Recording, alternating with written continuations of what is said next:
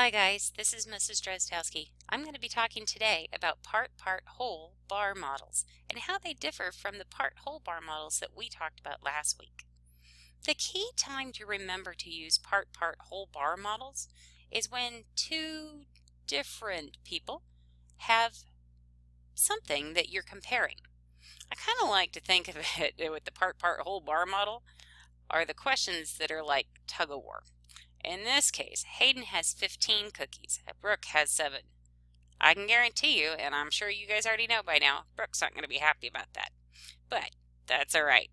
So, for the sake of this example, there's no way I'm going to waste my time drawing 15 cookies, and I'm not going to draw Brooke's 7 cookies up here.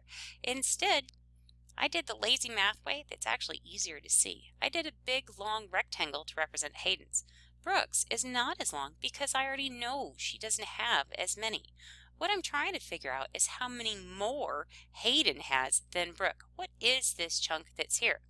Well, going back to last week, we can remember that our number bonds or coach bubbles are related to bar models. It's basically the same thing, just drawn in a different way.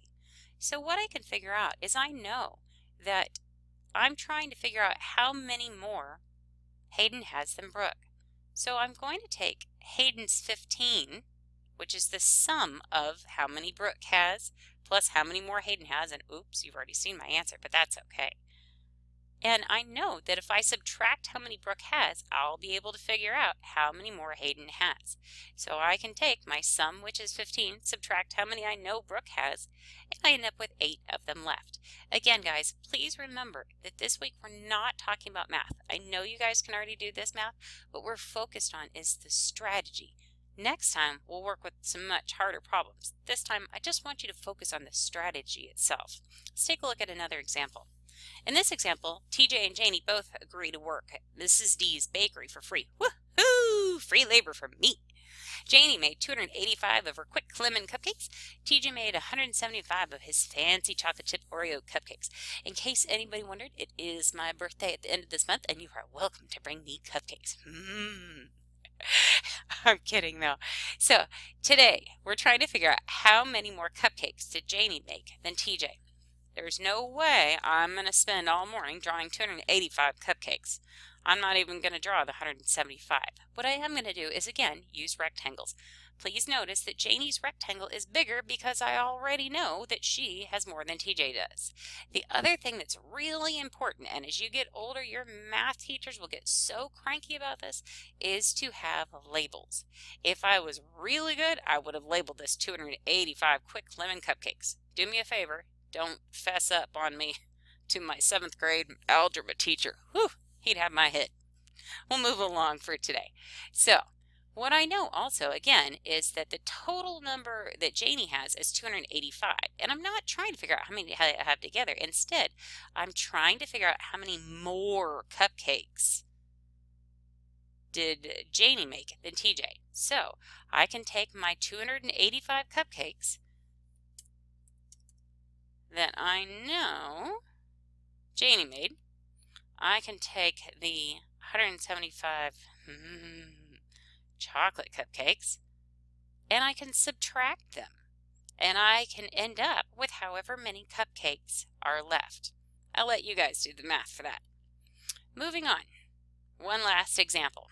Doesn't matter if my numbers are big or if my numbers are small.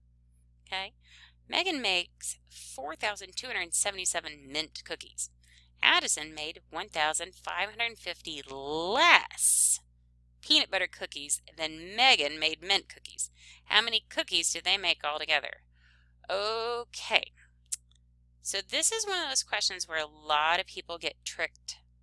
What you need to stop and think about is, do you have the information that you need to solve this problem? Do I know how many cookies Addison made? No. I know that she made 1,550 less than Megan made, but I don't know how many cookies Addie actually made. Do I have the information that I need to be able to figure this out? Well, maybe. What do I already know? I know that Megan made 4,277 cookies. I know that Addie made 1,550 cookies. I know that I can figure out from that how many cookies Addie made.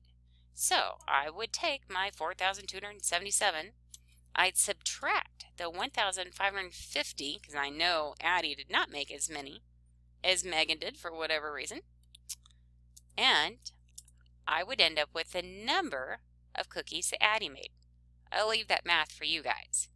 Once I know how many cookies Addie made, would I be able to figure out exactly how many cookies they made together? You bet.